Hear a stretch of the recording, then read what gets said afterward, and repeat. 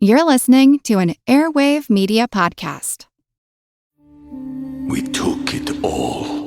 We brought them to our land. An endless night, ember hot and icy cold. The rage of the earth. We made this curse. Carved it in the blood on our backs. We did not see. We could not, but she did. And in the end... What will I become? Senua's Saga. Hellblade 2. Play it now with Game Pass. When you need mealtime inspiration, it's worth shopping Kroger, where you'll find over 30,000 mouth-watering choices that excite your inner foodie. And no matter what tasty choice you make, you'll enjoy our everyday low prices, plus extra ways to save, like digital coupons worth over $600 each week. You can also save up to $1 off per gallon at the pump with fuel points. More savings and more inspiring flavors make shopping Kroger worth it every time. Kroger, fresh for everyone. Fuel restrictions apply. Recorded in Chicago, Illinois, with your hosts, Ken, Matt, Neal, and Jeff. This is Triviality.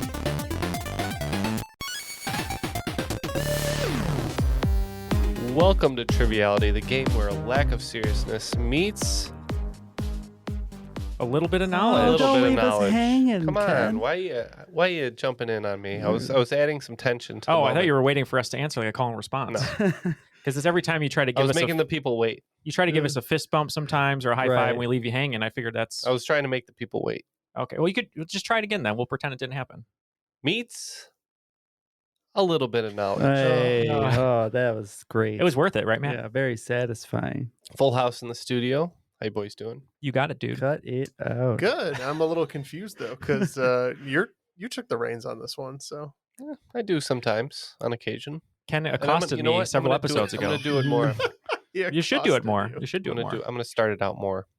Usually Yeah. Neal just has the information in front of him. That's why he ends up doing it. So It's because I usually memorize all the guest names, getting ready for the show, and I'm going to take a little break. I'd rather be on the beach over here and not worrying about you that. think I've been on a beach the whole time? You think this is a vacation? A mental beach.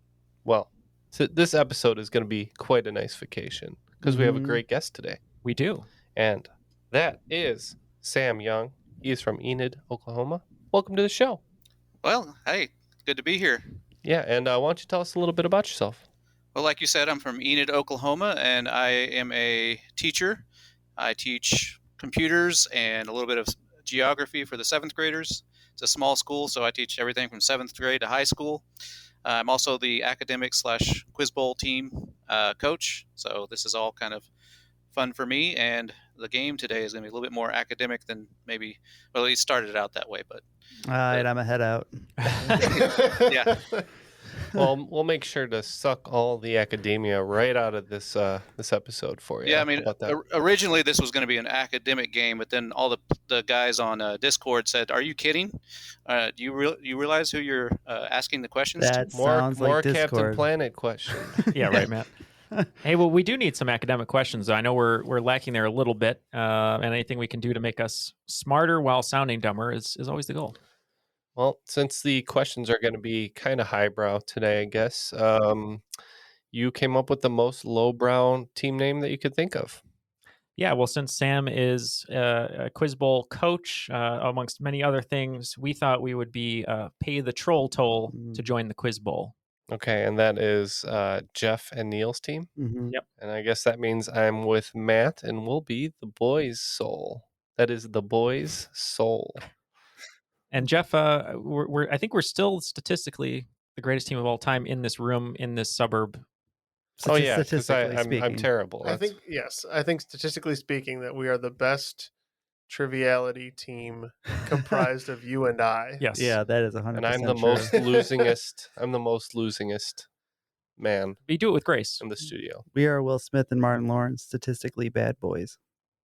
That's Yeah, that's true. That's another good name. But I don't feel bad about it because usually going into the final round, I'm like in contention or like ahead or tying or something, and I just blow it in the That's a lot final. of So Utah, Ken. We're a team. It's a mind game. There's no I in team, but there is me. I will say you probably have more losses than Matt has appearances. Well, we've talked a lot about this game, but how do we play this game? Let's get the rules. The rules of the game are simple. 20 questions split into 2 rounds worth 10 points apiece. At halftime, there'll be a special swing round designed by this week's host. After regulation, players will enter the final round with the points that they've accumulated and will have a chance to wager 0 to 30 points on 5 categorized questions. At the end of the game, someone will be named the cream of the crop. I am the cream. Those are the rules. And Yeah. now we want to toss it back over to Sam to ask us some excellent questions. All right, sounds good. You guys ready to go with round 1, question 1? This is going to be in the category geography. So Australia is a very unusual continent. It started as the world's largest prison, and according to some language experts, speaks a drunken English. They are also known for really long fences, over 5,000 miles, give or take. There are 4 primary animals the fences were designed to keep out. So for 5 points if you can name 2, and 10 points if you name all 4. Okay, Jeff and I conferred over here, and one of them I knew 100% because of a movie. Imagine that. But we're going to lock in. Because of the baby. I think I know what movie you're talking about, too. Not even the baby eating, a different Is it movie. Australia? No. Kangaroo Jack? No. Crocodile. I would keep that kangaroo. All right. Well, we think that kangaroo, Kangaroo, I believe, is the plural of kangaroo. kangaroo is? Is it? I don't know about that. Anyways, we think those kangaroos are all over the place. Mm-hmm. So you probably want to keep them out, though they're probably not predatory, but still could be a problem. And then we're going to go with the classic dingo. Okay. And do you need the other 2 for your bonus? We'll go with Wallaby. wallabies. Wallaby. Big trouble. Yeah. And then Those wallabies. bullfrogs. Okay. Yeah. So I'm pretty sure the longest part is the dingo fence. Mm-hmm. And I'm pretty sure Matt's right about frogs. So And also said kangaroo. And the one I got from the movie, there's a movie from Australia called Rabbit Proof Fence. Oh, that's so right. we said rabbit. That's the movie I thought you were thinking about. And that is indeed correct. It is rabbits, dingoes, kangaroos, and the 4th one, due to their, 6-month war with them, was the emus. the emu. That's right. They lost that war. So that'll be 10 points apiece. Okay. I forgot about the emu war. Mm-hmm. I wouldn't want to go to war with an emu, that's for sure. No. Yeah, they Hot Topic literally built the had fence to keep the emus in. They literally had machine guns strapped to trucks chasing the emus around trying to shoot them, and it didn't go well. So, wow. Well, speaking the emus fought back with bigger machine guns. Speaking of Australia, there is a very deep cut movie. If you want to see something that's kind of disturbing and dark, it's called Wake and Fright, and it was made in the 70s, maybe late 60s, and Donald Pleasance is in it. But it's the reason that from that point on, movies have animal trainers and I've heard of this don't one. hunt actual animals on camera. Yeah. So check it out. And now he's known as Donald Unpleasance. Very true. all right, question 2 is in history. Okay, another split question for 5 points each. What 2 islands hosted Napoleon in exile? And if you want a hint, I can provide a hint too, if you guys aren't sure. Take a hint. Okay, so the hint is perhaps that Heimdall and Bellatrix Lestrange were his guards. Okay, I know one of these right off the bat, and I think I got the second one from the clue, so we will lock in. So his hint there was Heimdall, which is Idris Elba from Thor, the guard to Asgard. Yeah. Is it Asgard or Asgardia? I can't remember. Well, the clue is Elba. So it doesn't matter. Okay, Elba was one of them, right? Yeah. Okay. Oh, duh, Idris Elba, right? And then Bellatrix Lestrange is it's Helena. That's the other one, Helena Bonham Carter, because I knew that. I just needed to hear it. So Helena and Elba. Yep. Okay. And we said Elba and Helena. Okay, so what I have is Elba and Saint Helena. You guys can decide whether you want to do the points. Points. Yeah, Points. points. Points. Yeah. Points. I'm okay with that. All right, let's move on to question 3 in sports, and this is a local question. In 2008, Baker Mayfield. No. 2008, Ric Flair, the Nature Boy himself, was inducted into the WWE Hall of Fame alongside what tag team duo that were from Oklahoma that were instrumental in the sale of the Georgia Championship Wrestling to Vince McMahon, kind of led into the WWF, and were also credited with discovering Hulk Hogan playing bass in a bar. Oh, wow. And they just asked him, do you want to wrestle? Let me tell you something, brother. No, he was just a big guy, and they're like, hey, you should be a wrestler. You'd look good with a bunch of oil on you. Yeah. That's where, honestly, a lot of those wrestlers, they were just working out in a gym, and another person who's Or a a wrestler bouncer at would a be like, bar. I think you'd make a good wrestler. How'd you like to have chronic pain? Yeah, right. How'd you like to have 20 back surgeries and lose 4 inches off your height? Might be these guys. He was just slapping the bass. Never thought he'd open a pasta restaurant. Pasta mania. I'm between these two. I don't think you don't have an opinion. We're locked in. Okay, so just to confirm, we're looking for a tag team that also was inducted at the same time Ric Flair was. Right, and I will also tell you that they were brothers. Do you have any idea on this one, Jeff, or no? Oh, no. Okay. No. I'm trying to think of old tag teams. I'm not too good with like early wrestling. Part of me thinks it could be like one of the Four Horsemen, but I don't think any of them were tag teams like Arn Anderson. Wrestling after like 9 o'clock, right? Exactly. 9 o'clock when the late lights night are off. Wrestling. Cool. Yeah, we can wrestle later if you want on top of a twister board. I mean, that's our Monday night tradition. It is, especially with the spin dial, because when you spin, you don't know what's going to happen. Mm-hmm. So I don't think it's like an Arn Anderson or something. The only tag team that's coming to me is one that I dressed up for as Halloween one year, the Road Warriors with the football pads. What do you think of that? Sure, I'm good with that. Okay, so our answer is the Road Warriors. Yeah, so I was torn between a few. You said brothers, and I'm thinking Steiner brothers, but they wouldn't have been inducted in 2003 because I think Scott was still wrestling at the time. I was thinking the Nasty Boys because they were good friends with Hogan and followed him everywhere and got lots of jobs. But in the end, we locked in with the Road Warriors. All right. Unfortunately, it was kind of a deep cut. I wasn't sure. I'm not a huge, go back and watch all the wrestling fans, so I wasn't sure how well known these two guys were. Their names were Jack and Jerry Briscoe. Oh, the Briscoes, yeah. Oh, okay. Yeah, and the tie into that is one of the teachers at the elementary equivalent of our high school is actually the daughter of Jack Briscoe. So that's how that inspired me to write this question. And I just did research, and he was actually bigger than I thought. I'd never heard of him before, but just doing the research, he was pretty big in the 70s and 80s. So. Now, do you think there was a team called the Bosco Brothers?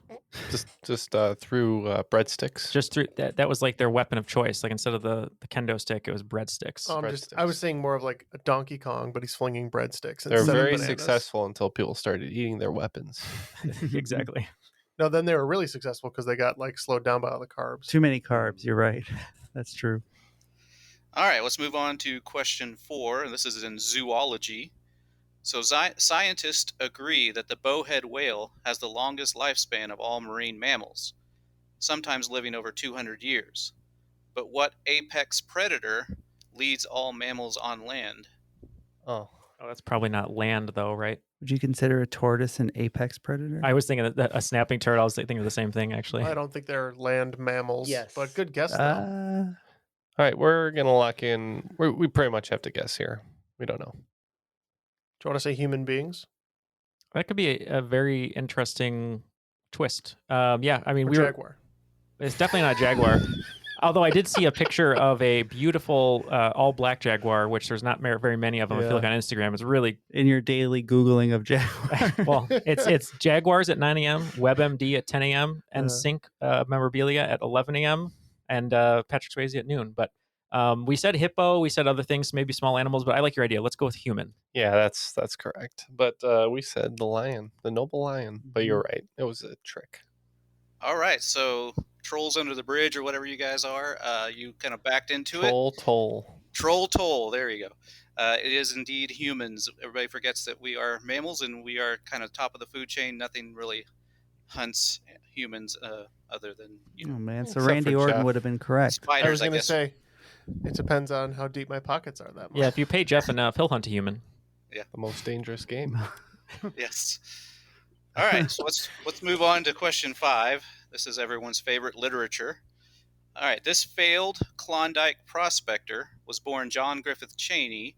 He felt the wild calling and became an oyster pirate at the age of 15. I have no idea what an oyster pirate is, but it sounds interesting. A vagrant at the age of 18 and died at the age of 40. However, he still managed to write over 100 short stories and novels. Who was this author? He's a swashbuckling shucker. That's hard to say. I kind of like that. You heard it? Yeah. All right, we're going to lock in here. Call of the Wild? Oh, I guess that could be. Yeah, I was thinking of someone older. Like maybe it's not a Herman Melville then, because I feel like he was a wealthy guy. Maybe not. I don't know anything about Jack London, but I like that line of thinking. We can go Jack London. Okay. We're going to lock in with Jack London. Yeah, we heard Call of the Wild as well inside that question, so we said Jack London. Plus, it sounds like a made-up name. All right, you guys both indeed picked up on the clue, the wild calling, as in Call of the Wild, and it was Jack London.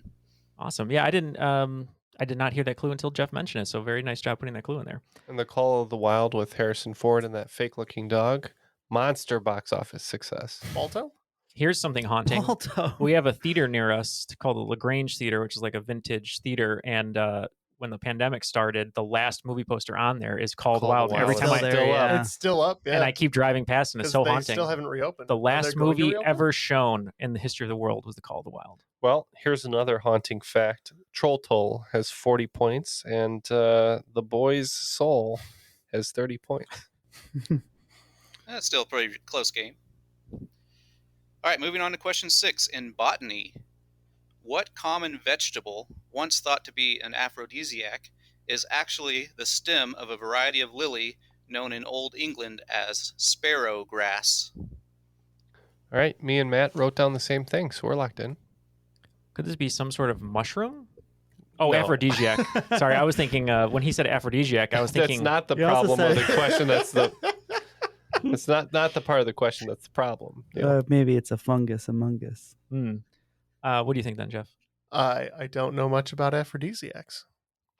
He said it came from No a comment. stem from the sparrow grass. I don't know much about different aphrodisiacs either. I'm trying to think food ones, but is there a vegetable you can think of that's like kind of, A stem? A stem, yeah. Stemmy. Like not celery, I don't think is an aphrodisiac. Otherwise, I doubt it. I mean, I eat a lot of celery and it's not doing It anything. turns me off. Yeah, it's a no-go for me, too. Anything that's a stem you can think of that's green, because the sparrow grass is what makes me think of it? I don't know. I don't know. How about we say broccoli? Sure. Okay. Stemmy.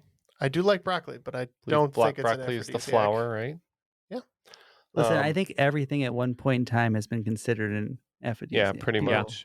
We just picked the stemmiest veggie that we know, and we picked celery. All right, well, you guys, there's a game that you can play called Mad Gab, where it's kind of a rearrangement of words, and you're trying to figure out a phrase. But if you say sparrow grass slightly differently, it's asparagus. Oh. So you guys Yeah. both Yeah, that's missed an a- aphrodisiac.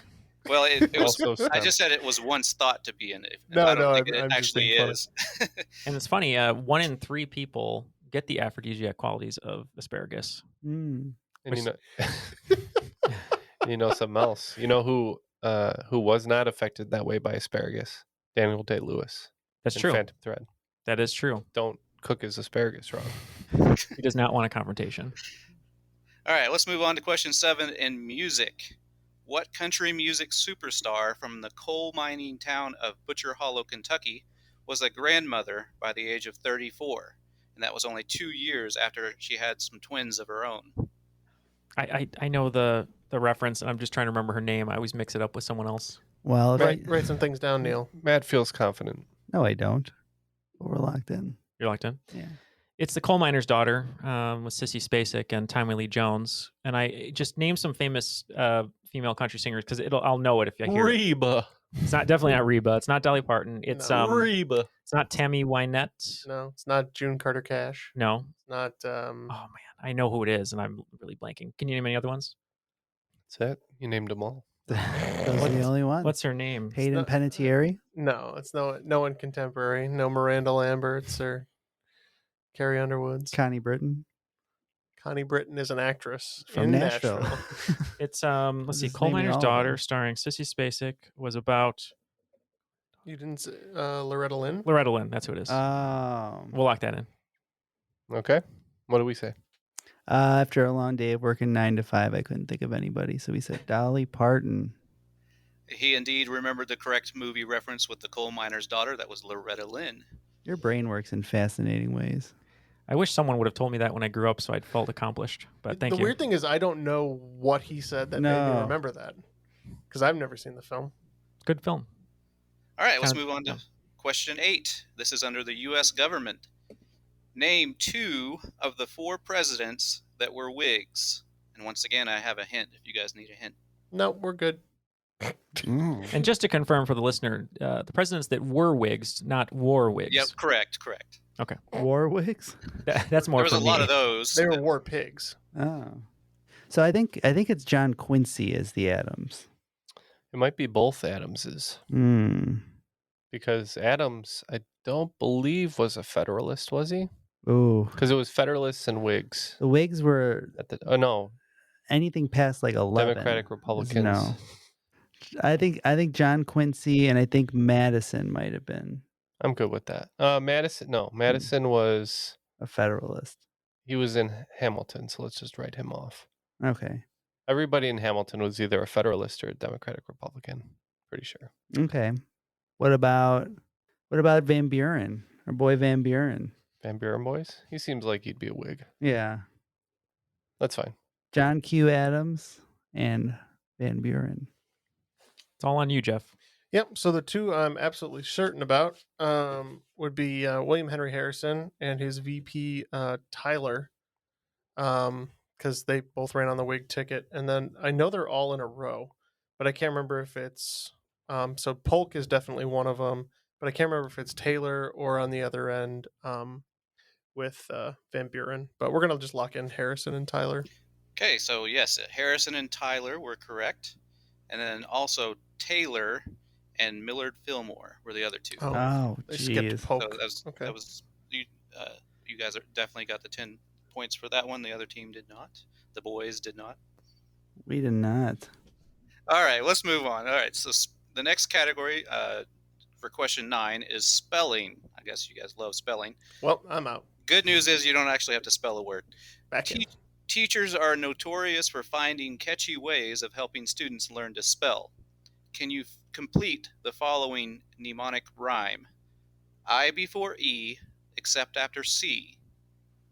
Finish the statement. Yeah, we have it. Oh, I'm glad you have it, because I know how to spell really well, but I don't know this clue, so I'm just going to trust you. Isn't it except in neighbor and way? There's more to it. I prefer E except after C. Except in neighbor and way and all throughout May. Those are the 2 that it mentions.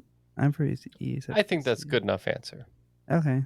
I hope so too, because as soon as you said that out loud, I was like, oh crap, do I remember that part? But yeah, we said I before E, except after C, except in the case of a neighbor and way. I don't know. Yeah. Is that Give what us you guys... points. Points. Okay. You can't just bully him into points. Yeah, so the official answer is, or when sounding like A, as in neighbor and way. So I'll let you guys make the judgment call. No points. No points. No points. No All points. right. No The points. will be the points. I mean, it makes no difference if it's points or no points. But yeah, either you both get points or you both don't get points. So it comes out as a wash in the end. All right, let's move on to question 10. Get away from spelling stuff. All right, so current events. ESPN came under fire in August 2021 after it was discovered that a high school football game that they aired featured a fake high school that went by what religious-sounding name that was probably just down from Elm Street. I have never heard this. Oh, you didn't hear the story? Oh, it's unbelievable. There were guys that were like 20 or 30 years old playing, and they pretended to be in high school, and they were really bad too. That was the funny thing. Because they duped ESPN into thinking it was like an actual actual conference playing like a college game, but it wasn't. Or they were just game? Yeah, high school game. High school game. So I don't know. It was just a funny story because it was just it's gonna be a movie someday. Yeah, I was gonna say it's gonna be a great Jonah Hill movie. Yeah. I'll still play the high schooler. Yeah. So we'll say, since you said down the street from Elm Street, we'll say St. Frederick. There you go. Yeah, it's something Frederick. I'm trying to remember. Their uniforms were all black. They kind of looked like the ones from Any Given Sunday, the Sharks. And everyone just looked like a very old adult playing a kid's game. But I was just thinking Frederick. I don't know the actual name of the school. I don't know if we can just say what we said. St. Frederick. Yeah, let's do that. Okay. All right, so I guess I misled you with the Elm Street. I was thinking, usually in a neighborhood where there's an Elm Street, there's a bunch of other streets named after trees, and then the religious sounding. So it was Bishop Sycamore. Oh, wow. That's right. That sounds like a real school. Yeah, that's what I thought it was real until I read the article. That's where my girlfriend was in high school. She went to Bishop Sycamore. She probably played on that football team. Yeah, that's why she couldn't go to any of the dances. That's also in Canada, right? Yeah, down the street in Canada. All right. Well, Boys Soul decided to hold tight at 30 points. Why are you guys laughing? I don't know. I don't know what you guys are laughing at. And the Troll Toll added to their score to 60. Oh, well, and speaking of Sam being on the show, he talked about many of these questions being play tested by our friends over on the Discord. Just wanted to let everyone know you can, too, join the Discord along with Sam and many others. If you'd like to be a play tester, if you'd like to just, talk about different goings on. Matt, you play Pokemon there with people all the time. Is that right? All the time. Always Pokemoning. Got to catch them all. That's what they tell me. So there's a Pokemon channel. There's a board game channel that people have been playing board games. There's we a lot put up some spoilers for episodes. So if you want to talk to people about episodes that you've already listened to. So you can go there. You can go to the Crop if you want a Facebook option. And then we're going to be interacting a little bit more on our Patreon. So a lot of options for you to interact with us on social media. So just make sure to follow us at Triviality Pod on most social medias. And then our Discord link will be in the show notes. Or don't, you party pooper, you. All right, let's get the swing round today. All right, so the swing round is about children's book authors. A lot of times when I was a kid, there was a really popular children's book, but I had no clue who the author was because I didn't care because I was a little kid. So I'm going to give you the author, so you don't have to find that. I'm going to give you author and a line from the book, and you tell me the name of the book. Alrighty. And these are mostly like geared towards ages 3 to 7. There's one that's a little bit more like 7 to 9, but most of them are in that age range. Da Vinci Code. Yeah, that's on here right here. Yeah. All right. Are we ready? So the first one, Margaret Wise Brown, and the line is "Good night stars, good night air, good night noises everywhere." Classic. And the second one, Eric Carle, "In the light of the moon, a little egg lay on a leaf." Number 3, Mildred Taylor, "Baby, we have no choice of what color we're born or who our parents are, or whether we're rich or poor. What we do have is some choice over what we make of our lives once we're here." That's the one that was kind of a little bit geared towards a little older age. Number 4, Judith Viorst, "Some days are like that, even in Australia." Number 5, Janelle Cannon, "How can we be so different and feel so much alike?" mused Flitter. "And how can we feel so different and be so much alike?" wondered Pip. Okay, and number 6 is from Dawn Freeman. And there's a blank here because it's the title character. "Blank is a bear who once lived in the toy departments of a big store. Day after day, he waited with all the other animals and dolls for someone to come along and take him home." Okay, number 7 is Monroe Leaf. "He wouldn't fight and be fierce no matter what they did. He just sat and smelled. And the bandoleros were mad, and the picadors were madder, and the matador was so mad he cried because he couldn't show off his cape and sword." Number 8, from E.B. White. "Nobody of the hundreds of people that had visited the fair knew that a gray spider had played the most important part of all.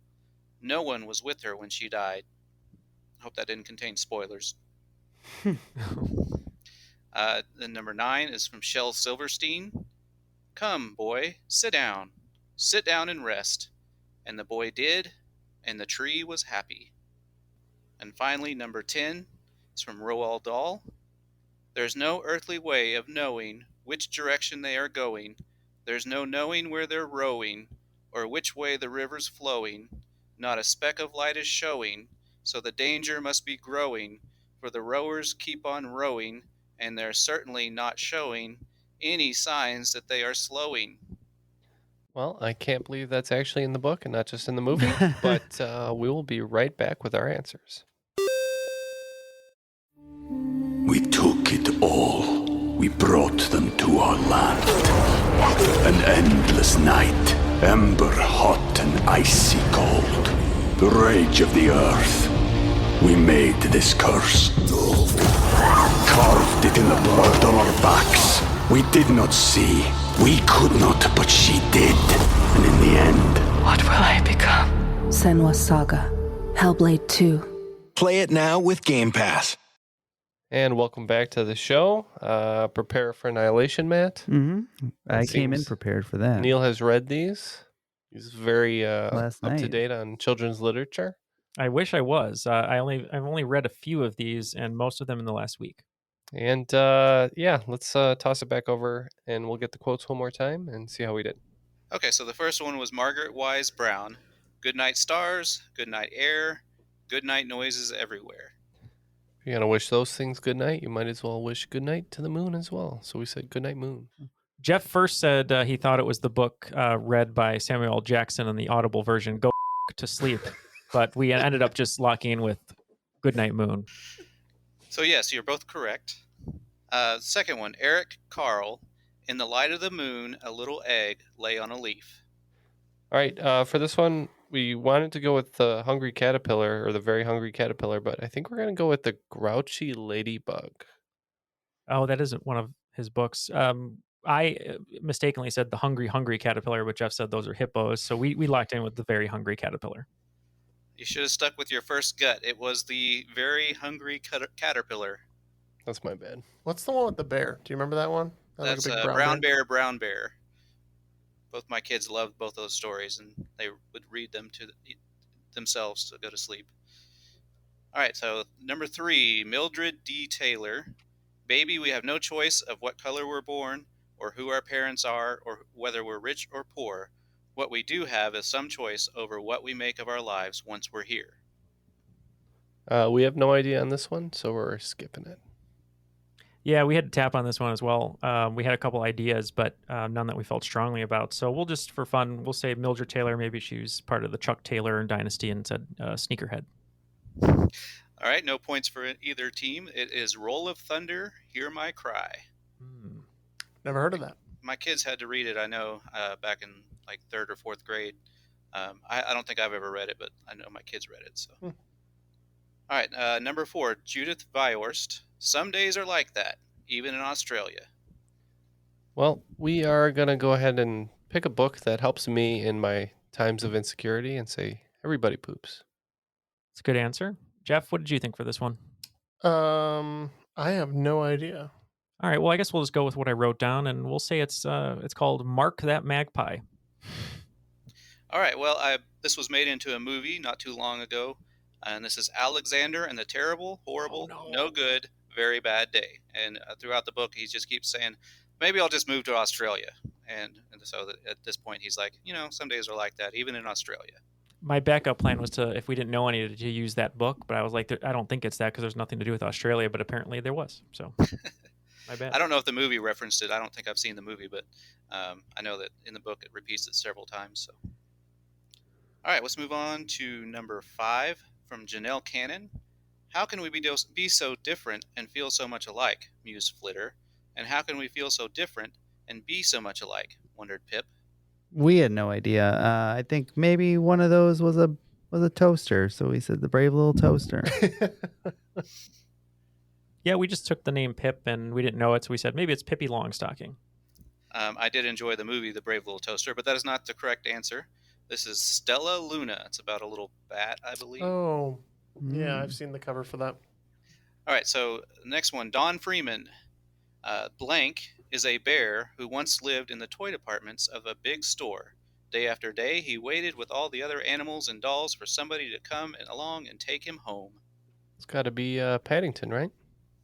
Close. This one, Corduroy. If we're right, it was a book I used to love reading, and it's what Matt said. We locked in with Corduroy. That is correct. It is Corduroy. He's missing Paddington was the one with the with the blue hat and the yellow Macintosh. Matt has such disdain for corduroy. Well, he Go just find your button, couldn't bear. hold on to one button. What are you doing? He hates it when it's a bear. He hates it when it's a fabric. You can't survive in the real world without a button, bear. All right, number 7 from Monroe Leaf. He wouldn't fight and be fierce no matter what they did. He just sat and smelled. And the bandoleros were mad, and the picadoros were madder, and the matador was so mad he cried because he couldn't show off his cape and sword. We're idiots, and we said Fernando. We said, starring John Cena, Ferdinand the Bull. And it is indeed Ferdinand the Bull. The full title is The Story of Ferdinand, but I think I'll definitely give points for that. I don't know about Fernando, though. No, it's an ABBA song. Oh, that's right. Yeah. Yeah. All right, the next one, number 8. This is E.B. White. Nobody of the hundreds of people that had visited the fair knew that a gray spider had played the most important part of all. No one was with her when she died. This might be the only one I've read. Nope, I take that back. I read number 9 too. But we said Charlotte's Web. Some pig. Charlotte's Web. That was me after Halloween.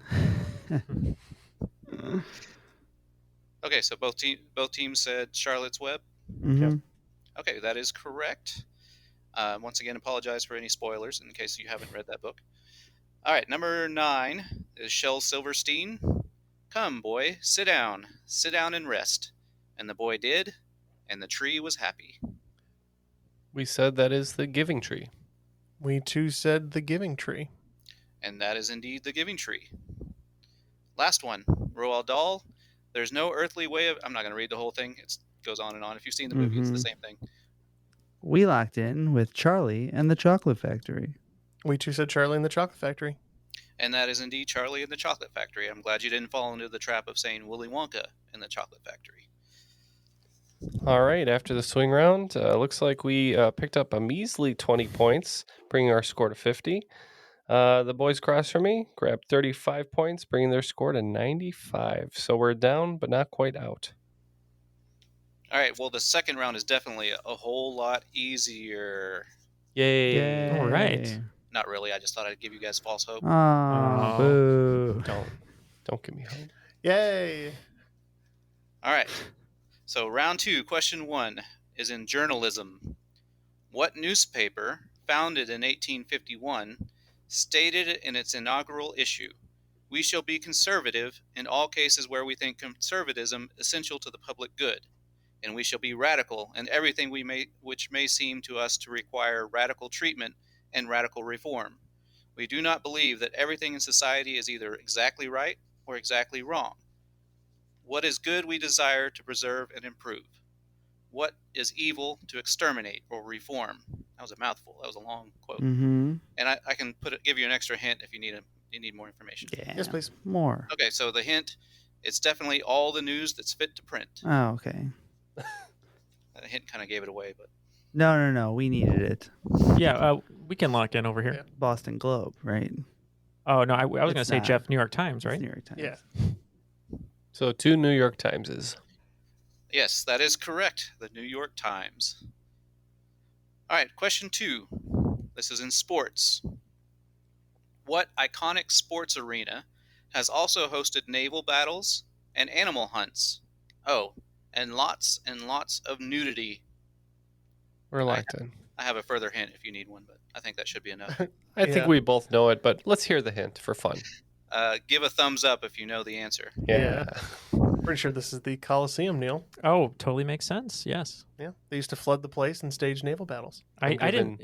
Joaquin Phoenix killed men there. Yeah. I'm giving Troll Toll a thumbs down. It's actually a positive, right? We also said Coliseum. Yes, that is correct. It was the Roman Colosseum, and I read a book when I was younger called "Those Who Are About to Die Salute You," and just some of the stories that it had in there were just wild. It just kind of really made me open my eyes to the Roman Colosseum mythos. Wow. Yep, Are you not entertained? Oh yeah, it was definitely entertaining. The question we're constantly asking our audience. Now the Coliseum. Speaking of Bruce Lee, who's some of the sound effects Speaking for of Bruce Lee, our Game of Death. Well, it's kind of tangentially related. Nobody was speaking of it. But the Way of the Dragon, where he famously fights Chuck Norris, some of it was shot on a stage, but a lot of those sections of the fight scene, they snuck onto the Coliseum and bribed a security guard so they could film some of that. Ah, I heard they snuck the Coliseum onto Chuck Norris. They probably could have. You're right. Okay, let's move on to question 3 in round 2. This is in fashion, definitely a school subject. What controversial figure, immortalized by Aqua, has been a teenage fashion icon for over 60 years? We're locked in. Mm-hmm. You need the last name too. If you know it. Barbie Streisand. Yeah, we said Barbie. We went with Barbie. Barbie girl. That is correct. It is Barbie. I don't know her last name. I know she has one when I was doing the research, but I forgot to write it down. So There was a big uproar on TikTok because Aqua is on TikTok and they make different TikToks and stuff, which is really just them singing and whatnot. Aqua's active? They're active actually, and they're older now too, which is kind of fun. They're singing the They song. got older? They definitely How got older. dare they? But one of the controversies was they were singing the lyrics sort of as a karaoke of their song Barbie Girl, and apparently people have been singing it wrong forever because a lot of people sing it, I'm a Barbie girl in a Barbie world, but it's in the Barbie world. The Barbie and apparently world. people were up in arms. Yeah. There's a Barbie world? And Ken, speaking of Barbie, one of your favorite actors of all time is going to be playing Ken in the Barbie movie. They're making a movie? Ryan Gosling? Ryan Gosling. For real? With Margot Robbie. They're really making this? Yeah. Is it going to be like a dirty comedy? I think it's going to be like a satirical one. It's Greta Gerwig is directing Margot Robbie as Barbie and Ryan Gosling as Ken. That's insane. It's the new MCU, the Mattel Cinematic Universe. For the record, Barbie's full name is Barbara Millicent Roberts. Oh, obviously. And it was named after the creator's daughter, I believe. Mm-hmm. All right, number 4 in round 2 is in literature. Another literature question. What poet, who always makes me think of Martin Short for some reason, wrote the following lines? 2 roads diverged in a wood, and I took the one less traveled by. We're locked in. Wow. We are also locked in with Robert Frost. Mm-hmm. Yep. Because didn't Martin Short play Jack Frost in that one movie? Oh, you're right. Yeah, Santa Claus. Mm-hmm. Yeah. So Robert Frost. I was That like, is- no, Jack Frost was a snowman played by Michael Keaton, right? Well, there was that one too, yeah. I didn't think about that reference, but yeah, I was definitely thinking of Jack Frost when I wrote that. So, yeah, it is indeed Robert Frost. Good job. All right, question 5 is geography again. So there are 4 U.S. capitals that end in city. Can you name all 4? So Jeff wrote down 2. What were the 2 you wrote down? Jefferson City, Missouri, Oklahoma City, Oklahoma. Okay. And then for some reason, I don't know how, I pulled out Carson City. Is that for Nevada? Yep, Carson City's Nevada. That's where I'm at a loss. Okay. Yeah, racking my brain here. I feel like I could get here eventually, but we're stuck on 3. So we just have Jefferson City, Missouri, Oklahoma City, Oklahoma, Carson City, Nevada.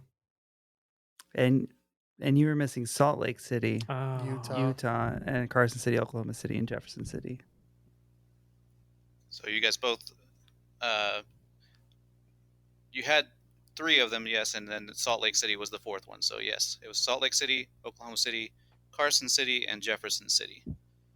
I always forget that's the capital. Salt Lake City? Yeah. You know who's in Salt Lake City? Me over here. You named every state around Utah. No, I hadn't gotten there yet. I was going alphabetically. Oh, jeez. For the listeners at home, there was 1 hour of content cut out. And with that is the first time that we got a question right that they got wrong. And we got 100 points over at Boys Soul and Troll Toll 135. All right, so let's move on to question 6 in round 2. This is an economics question. This chain of supermarkets was the first in the U.S. Its first outlet opened in 1916 in Memphis, Tennessee, and is notable for having been the first true self-service grocery store and the originator of various familiar supermarket features such as checkout stands, individual item price marking, and shopping carts. All right, the hint is its mascot makes me want to just shout, "That's all, folks!" Well, I assume that isn't the Piggly Wiggly? Oh, yeah, it must be, because it's Porky Pig who says that's all, folks, right? Mm-hmm. I don't think there's a Porky's. So we'll go with Piggly Wiggly. Yeah. Yeah, this guy is an absolute monster. Really interesting read, though, if you read up on him. Piggly Wiggly. Yes, it is correct. It is the Piggly Wiggly, and it apparently is a regional thing. So some of the playtesters said I needed to give a little extra hint there. So, all right, number 7 is in elements.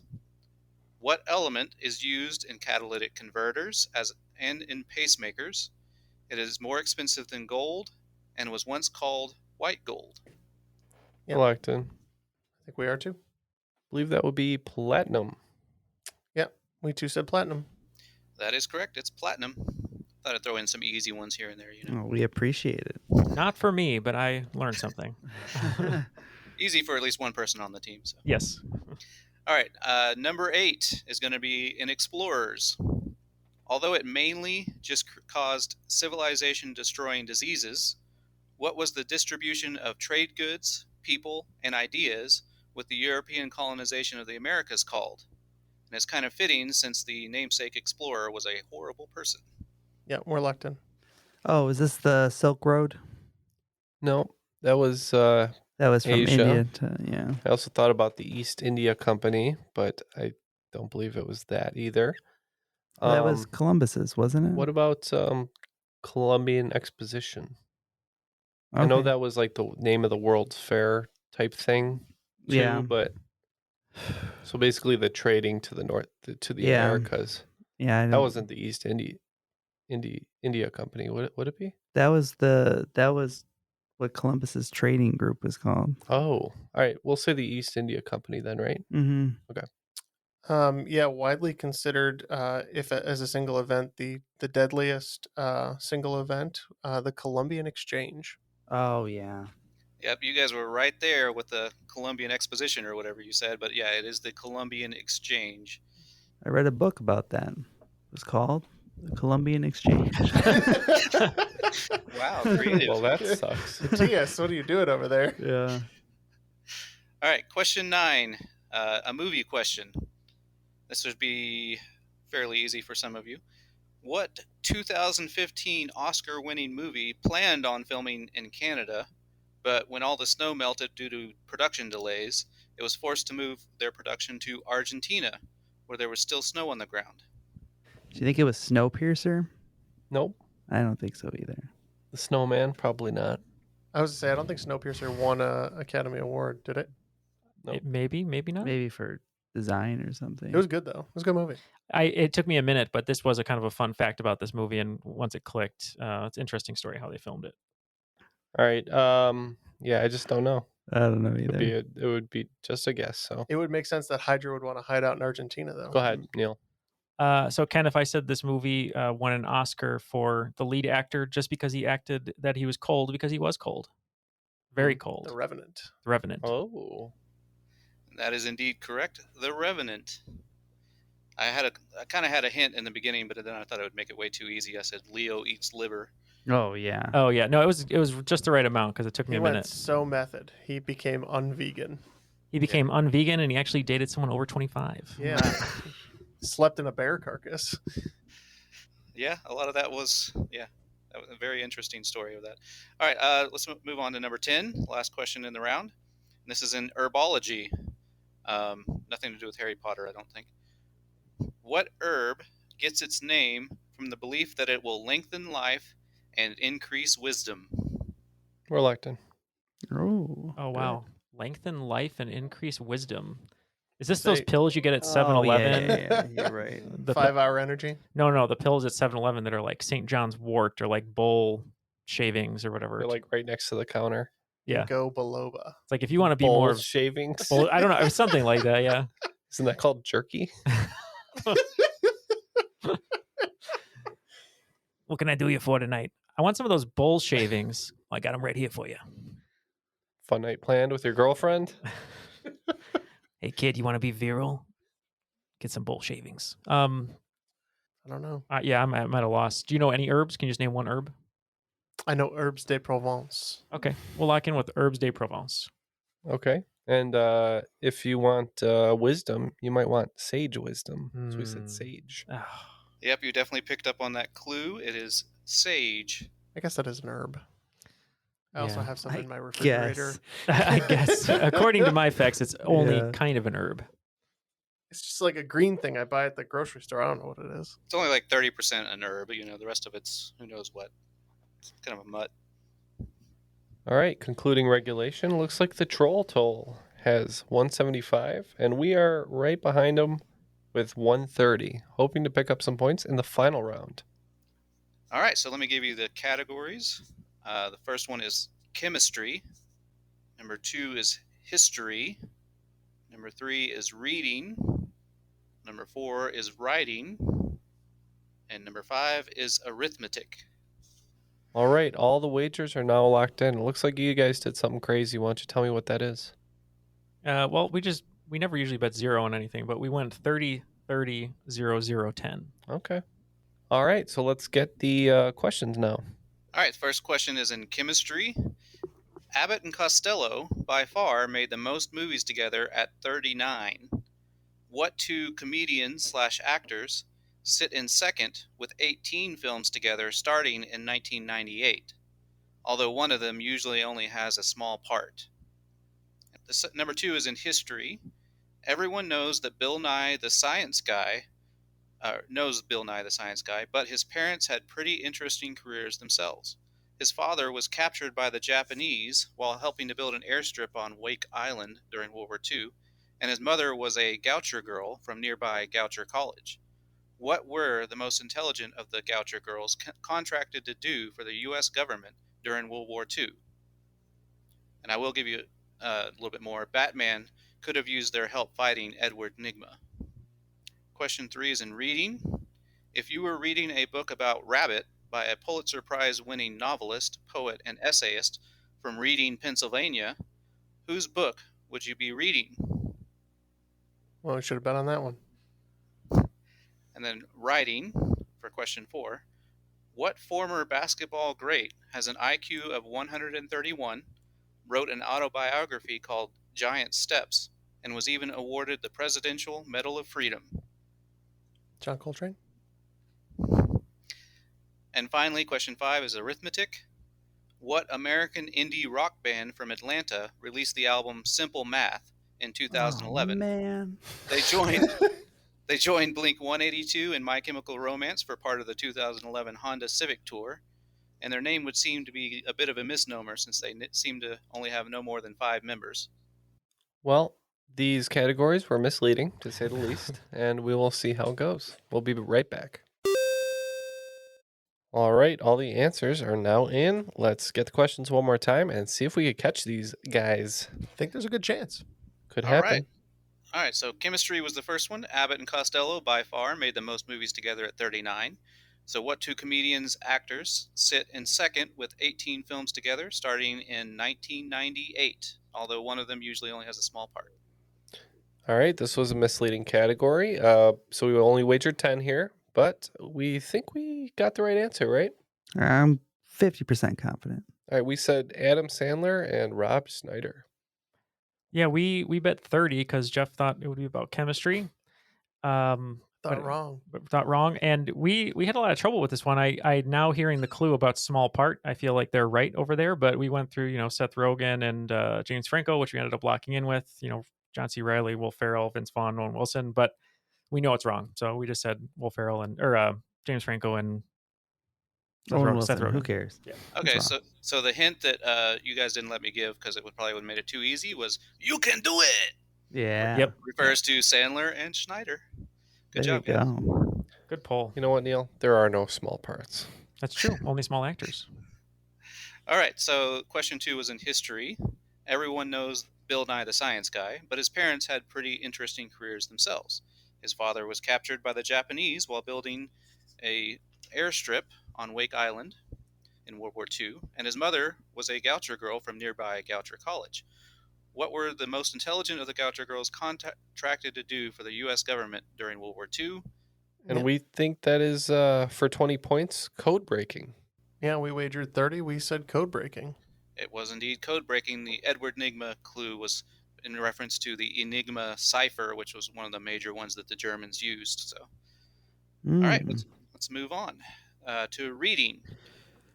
If you were reading a book about Rabbit by a Pulitzer Prize-winning novelist, poet, and essayist from Reading, Pennsylvania, whose book would you be reading? All right. For another 20 points, we said John Updike. Yeah, we didn't write anything down because we wagered 0. Mm-hmm. All right. Well, it is indeed John Updike. So good job, guys. All right. Question 4 was in writing. What former basketball great has an IQ of 131, wrote an autobiography called Giant Steps, and was even awarded the Presidential Medal of Freedom? Another 20 points on this one. I'll pass it to Matt. Yeah, and we're throwing around a couple different names, but Giant Steps, smart guy, reminds me of Yao Ming, so we locked in with Yao Ming.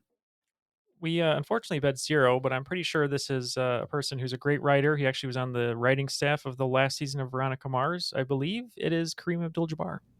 And if I said he insists his name is really Roger Murdoch, and he's the co-pilot, that would definitely lead you to Kareem Abdul-Jabbar. Good job. You said you bet 0 on that, though? That's unfortunate. Sadly, yep. All right. Last one is in arithmetic. What American indie rock band from Atlanta released the album Simple Math in 2011? And they joined Blink-182, My Chemical Romance for part of the 2011 Honda Civic Tour, and their name would seem to be a bit of a misnomer. He wagered 0, but Matt regretted it because he knew it right away. Yeah, actually, the first time I saw this band, I thought, how are they going to fit a whole orchestra on that stage? I believe it's Manchester Orchestra. Yeah, we had no idea, so we said Simple Minds. We're going to lose 10 on that one. And that is indeed Manchester Orchestra. All right. It was a nail biter, and, well, it looks like pay the troll toll to play the quiz bowl. Just barely hung on with their fingernails. We got 160. They got 165. You're the cream of the crop. The cream of the crop.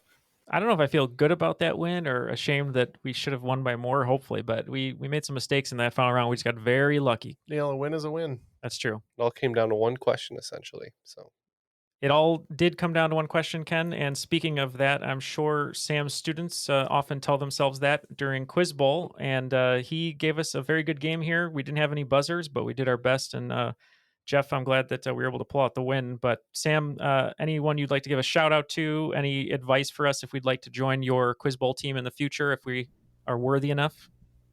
Oh, yeah, definitely want to shout out to my students if they ever happen to listen to this episode. I try to get them to listen to you guys all the time, and they're like, we don't listen to podcasts. We only listen to music. But anyway, and also my 14-year-old son, Asher, he loves trivia. He's on the Quiz Bowl team, and he loves listening to you guys. Just saying is we got to get on the TikToks. Yeah. And then also, I mentioned her before, my co-teacher, Debbie Briscoe Watley, the daughter of Jack Briscoe. Anyway, so yeah, that's about all the shout-outs I got. So, well, hello, Asher. Thank you for listening. Get all your friends to listen to us. Just tell them that we're doing crazy stuff over here, I guess. We're flossing. We're pranking. We're flossing. We're, I don't know, playing Fortnite while playing Prank trivia. flossing. Prank flossing. I mean, we do occasionally make edgy jokes. Teenagers like that. I do like Neal the prank is very flossing. sus. I am very sus. No cap on that. Exactly. So I yeah, have no idea what's going on. We're just saying young people things. Young people speak. But I'm dabbing right now. I've got a great fit. there, and it's some nice drip. So thank you very much. Oh, sorry, Sam. Go ahead. I was just gonna say I've been playing Fortnite this whole time, so we're good. Well, your questions were certainly a challenge. We appreciate you putting the game together for us. Yeah, thank you to all your students too. Hopefully they will start listening to this, and I'm sure they're going to do better than us on the next round of questions. Well, that'll do it for today. Once again, I want to thank Sam. Thank you, Jeff, Neal, and Matt for joining me in the studio today. And that was Triviality.